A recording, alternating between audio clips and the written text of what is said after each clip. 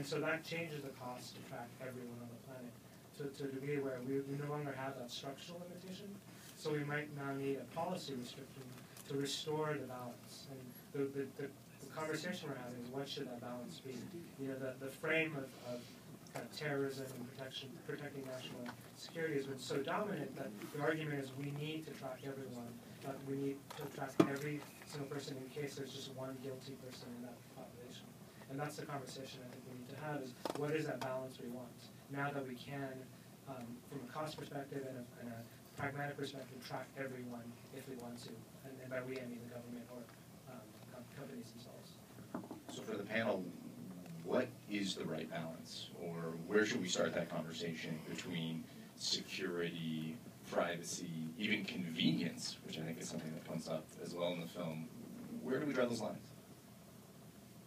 Zita.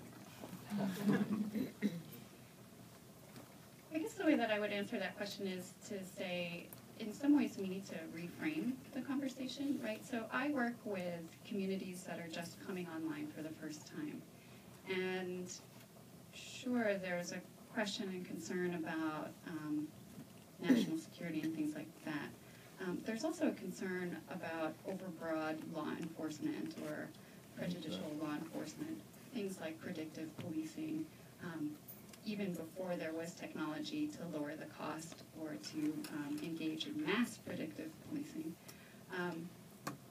Those issues for those kinds of communities have them thinking about privacy and security in a very different way. It's about